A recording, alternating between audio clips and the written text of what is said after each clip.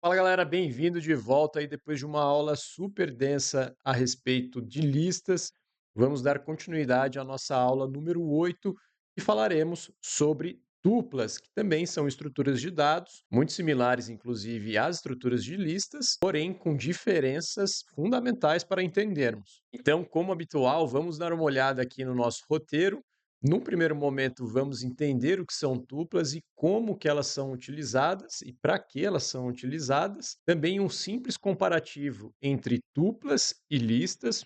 É muito importante entendermos qual que é a diferença dessas duas estruturas. Logo em seguida, vamos entender uma técnica chamada de slicing, que em português se traduz como fatiamento. Logo em seguida, iremos sugerir desafios para que você consiga consolidar tudo que foi passado nessa aula. Então vamos lá. O que são tuplas? Basicamente, são estruturas de dados imutáveis. Lembra quando a gente abordou as estruturas de listas e eu conseguia alterar a sua composição, a sua ordenação? Já para tuplas, eu não consigo. Então, listas são mutáveis e tuplas são imutáveis, ou seja, elas não podem ser alteradas. Essa é a principal diferença entre uma estrutura e outra. Geralmente, as tuplas são utilizadas em sistemas que você não pode alterar um determinado dado dentro dessa estrutura, como, por exemplo, o registro de um documento de identidade, algo nesse sentido.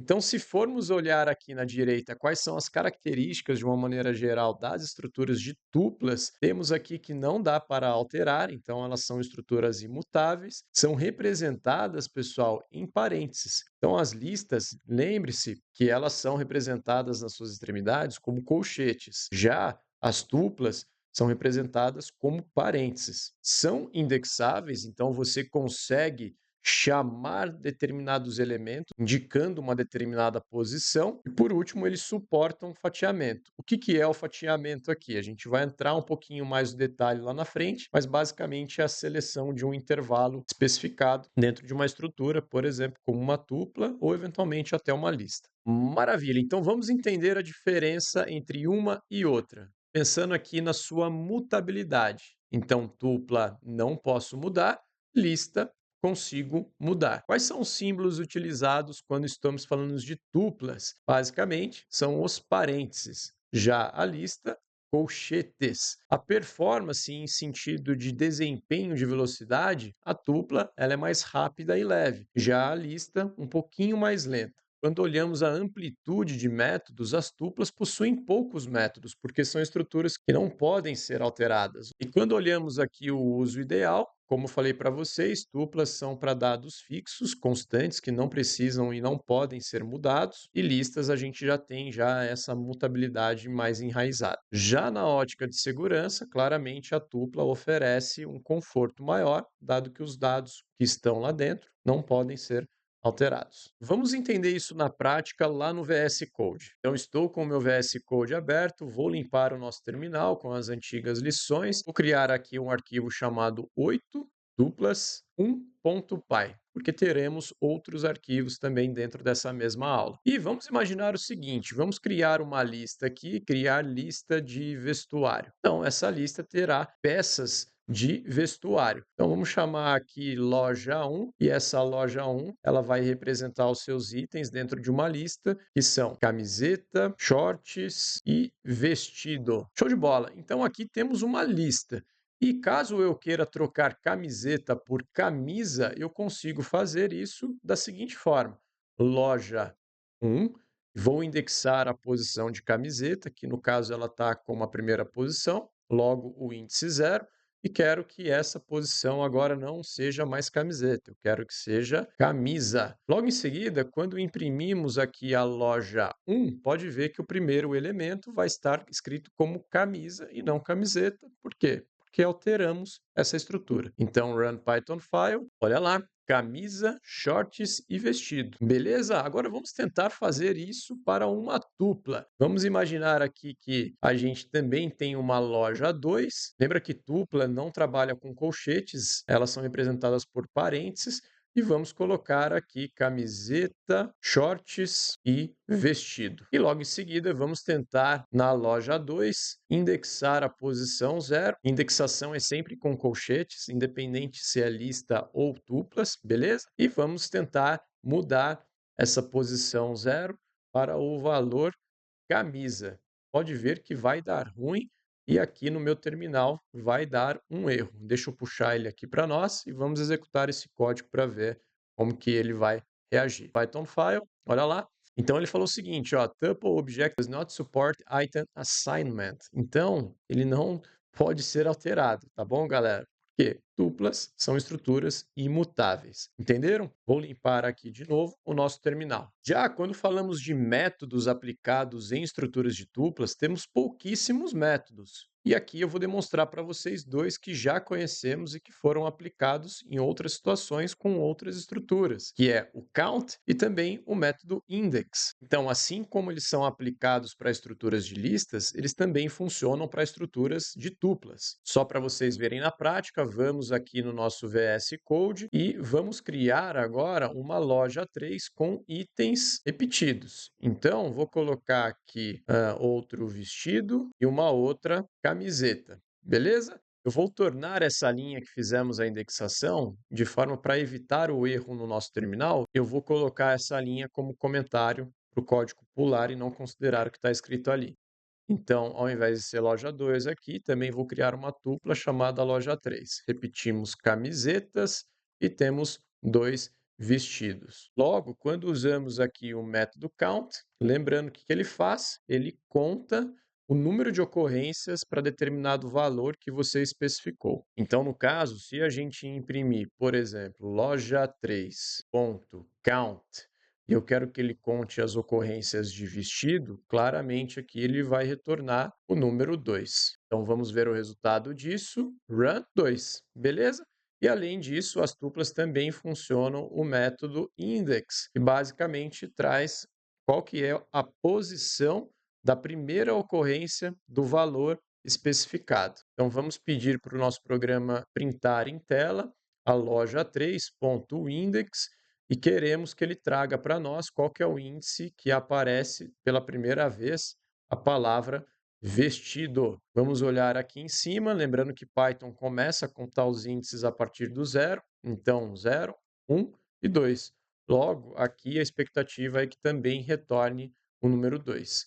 Então vamos lá, executando o código, 2 e 2. Então, pouquíssimos métodos aqui, mas como exemplo o count e também o index, que funcionam tanto para tuplas quanto também para listas. Vamos limpar o terminal. Agora eu quero que vocês me acompanhem nesse pequeno desafio que vamos fazer também juntos. Então vamos lá. O contexto é o seguinte: você é responsável pelo controle de um pequeno estoque de loja de informática. Cada produto é representado por uma tupla contendo nome, o seu primeiro elemento, e quantidade em estoque no seu segundo elemento. Já como objetivo, ele está pedindo o seguinte para nós: crie uma tupla conforme especificado em dados. Então, é basicamente essa tupla que a gente vai precisar escrever na nossa máquina. Mostre os produtos com menos de 5 unidades em estoque. Então, no caso, a gente vai precisar, por exemplo, imprimir o Acer e a webcam para atender essa segunda condição que o exercício nos pediu. Logo em seguida, ele perguntou aqui para nós quantos estão zerados, quantos produtos estão zerados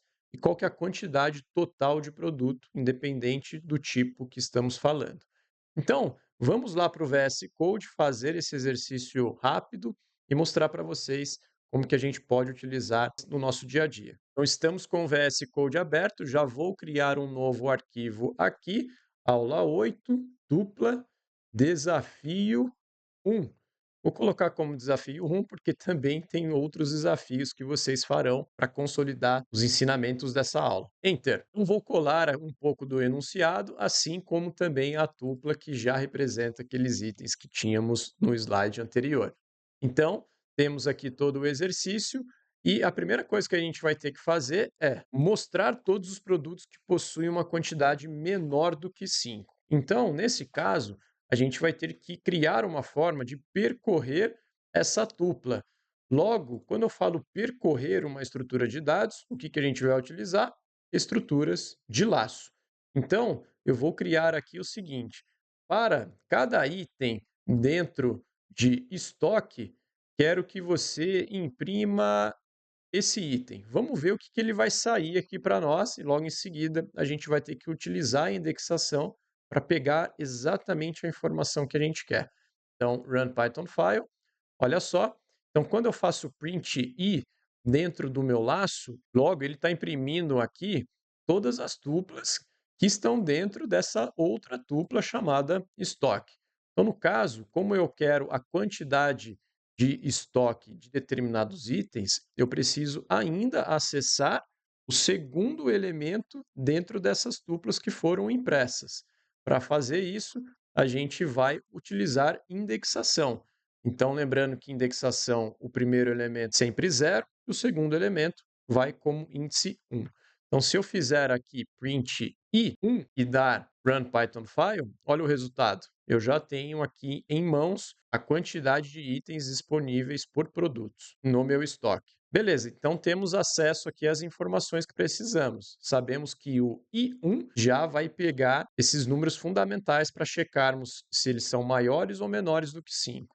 Então, dentro aqui do meu for, eu já vou apagar o print e vou colocar uma condicional. Se I1 for menor do que 5, queremos que ele imprima em tela o nome do produto que tem menos de 5 unidades. Então, a gente faria o seguinte: print fstring, vou colocar um traço aqui, abrir chaves, chamar o i0, por que o i0? Porque eu quero o nome do produto. E logo em seguida, vou continuar minha frase aqui. Vou abrir chaves de novo para representar qual que é a quantidade que aquele cara tem. E quando falamos quantidade, ele está no índice 1 daquelas tuplas.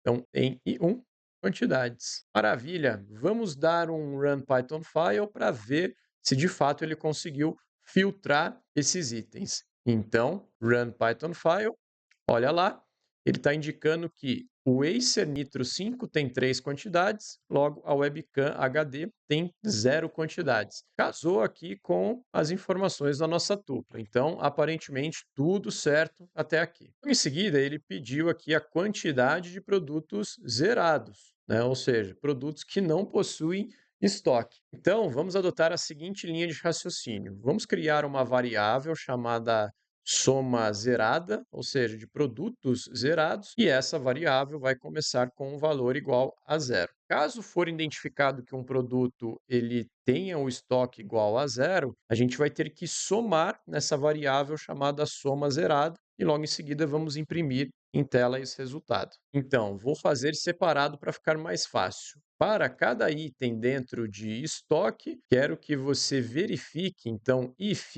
i1 ele for igual, lembra que igual em Python, quando estamos comparando algo, utilizamos dois iguais e não um. Um igual é para atribuir valor, dois iguais é para comparar valores.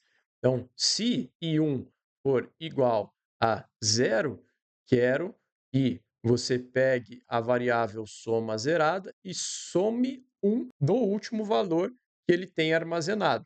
Como o último valor dele começa em zero, logo, se for identificado um primeiro item com estoque zero, ele vai somar um. Maravilha, vou sair fora desse if agora, dessa condicional, também do for, e vou fazer um print dizendo o seguinte: a quantidade de itens zerados é D, e vou chamar chaves, incluindo a variável soma zerada. Vamos executar o código para ver se deu tudo certo. Run Python file. A quantidade de itens zerados é de 1. Logo, vamos dar uma olhada aqui na nossa tupla. De fato, temos apenas um item com estoque zerado, que é a webcam HD. E uma última solicitação que ele pediu para nós foi a quantidade de itens que ele tem no geral da loja. Então a gente vai fazer algo muito parecido aqui, que nem fizemos quando calculamos a quantidade de produtos zerados. Vou criar uma variável chamada soma total e ela começará como zero. E vou percorrer aquela tupla falando o seguinte: para cada item dentro de estoque, quero que você pegue a variável soma total e some com ela o I1, que representa o estoque desse produto que a gente está percorrendo. Então, Logo em seguida, a gente vai imprimir em tela a quantidade total de produtos. Vou colocar dois pontos, abrir chaves e chamar a variável que criamos, que é o soma total. Vamos limpar o nosso terminal para ficar mais fácil a leitura. Puxei ele aqui e agora é só executar o código. Então, run Python file, olha lá, a quantidade total de produtos é igual a 18. Vamos ver se isso bateu. 10, 15, 18 e 0. Então, até aqui, tudo certo. Conseguimos atender todas as solicitações que o exercício nos pediu. Agora vamos conhecer sobre a técnica de slicing. Também podemos falar que é a técnica de fatiamento. Pessoal, como vocês perceberam, temos as estruturas de dados como listas e tuplas até aqui. E essas estruturas de dados possuem elementos. Agora, vamos imaginar que você quer imprimir elementos dessas estruturas, porém não quer imprimir todos os elementos, você não quer considerar todos os elementos dessas estruturas. Então, você poderia fazer um fatiamento, selecionando o intervalo que você mais tem interesse de executar uma determinada ação. Então, olha lá, o que é o slice? É uma técnica de fatiamento, onde podemos acessar partes de uma sequência, especificando um intervalo de interesse. E são aplicados tanto para strings, ou seja, textos, listas e tuplas que estamos vendo agora nesse momento. E aqui embaixo vocês vão notar a configuração de uso da técnica de slice. Então, quando eu falo sequência aqui, basicamente é o nome da lista, o nome da variável que tem uma string ou eventualmente o nome de uma tupla. E também é representada entre colchetes, o slicing, e você tem que detalhar aqui qual que é o início, ou seja, o índice de início desse fatiamento, o índice de fim desse fatiamento e se houver um determinado passo. O que é o passo? Vou precisar pular algum elemento e selecionar o próximo? Aí você precisa indicar, por exemplo, que o seu fatiamento vai selecionar apenas elementos de 2 em 2. Então, caso isso for verdade, você teria que informar isso em passo. Percebam que o índice de início e fim, assim como o passo, eles são divididos sempre com dois pontos. Então, temos os colchetes em suas extremidades e os dois pontos que separam os índices de início, fim para fatiamento, assim como também o passo que poderá ser aplicado. É mandatório você informar todos esses parâmetros? Não. Às vezes você pode informar apenas o índice de início, ou apenas o índice de fim, ou eventualmente apenas o passo. A gente vai ver isso lá no nosso VS Code. Então, estamos aqui com o nosso VS Code. Vou limpar o terminal e criar um novo arquivo, 8 tuplas slicing.py.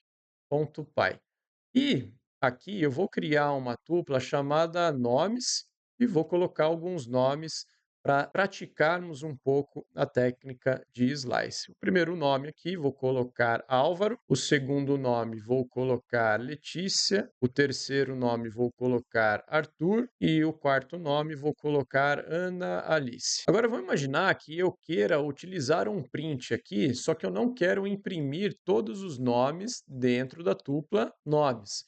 Eu gostaria, por exemplo, de imprimir apenas o nome Álvaro e Letícia. Para fazer isso, eu posso utilizar a técnica de fatiamento. Então, vou indicar aqui que queremos apenas o nome Álvaro e Letícia, e no meu print vai ficar da seguinte forma: vou ter que chamar o nome da sequência, no caso é o nome da tupla, abro colchetes e preciso especificar o índice de início aqui. Então vamos lá. Eu quero o Álvaro? Quero. Então o índice de início vai ser 0. Depois coloco dois pontos e tenho que indicar o índice de fim.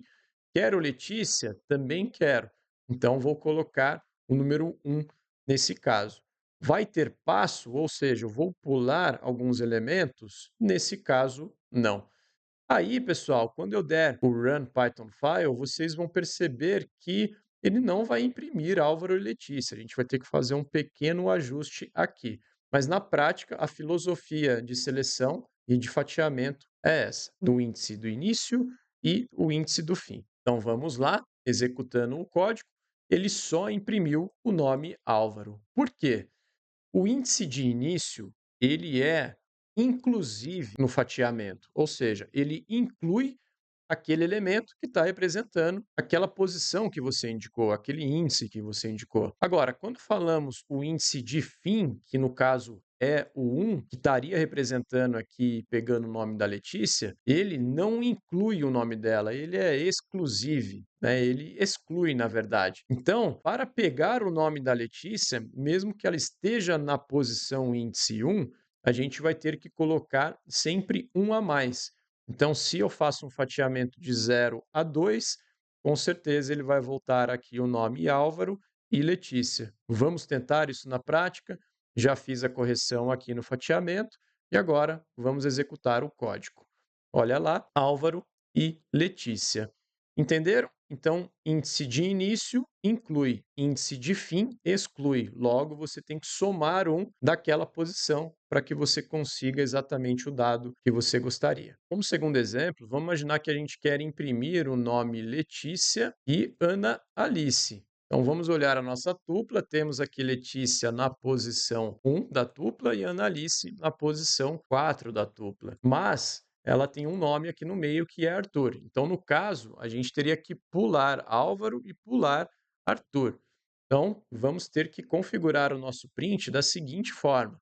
Print nomes, vou abrir colchetes, qual que é a posição da Letícia? A Letícia é o índice 1, lembrando que o índice de início ele inclui, e logo em seguida não temos exatamente um índice de fim aqui, então vou deixar ele em branco e vou colocar outro ponto em seguida e vou informar um passo aqui de 2.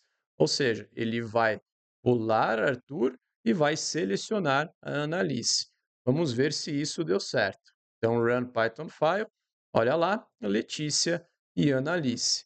Então, percebam que o índice de início foi informado, o índice de fim não foi informado, e o passo, que era para pular elementos, foi informado na magnitude de 2. E caso você queira fazer uma sequência invertida, né, ou seja, ao invés de começar por Álvaro, a gente vai começar por Annalise, depois ir para Arthur, Letícia e Álvaro, posso printar essa tupla da seguinte forma. Print nomes, abro chaves aqui, não vou indicar um índice de início, também não vou indicar um índice de fim, e aqui no passo quero que ele selecione -1. Então, toda vez que existe um número negativo dentro de um colchete, a gente está falando de indexação ou eventualmente fatiamento, ele sempre vai começar da direita para a esquerda, ou seja, do fim para o início.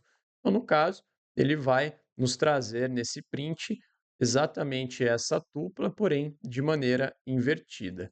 Então, vou limpar o nosso terminal para ficar mais fácil de ver o resultado e vamos executar o código. Olha lá, Annalise, Arthur, Letícia e Álvaro. Muito bacana, né? Então, entendemos o que são tuplas, quando elas são aplicadas, quais são as diferenças entre tuplas e listas, fizemos um desafio e, além disso, conhecemos brevemente a técnica de fatiamento. Sugiro que você dê uma olhada nas propostas de desafios para essa aula.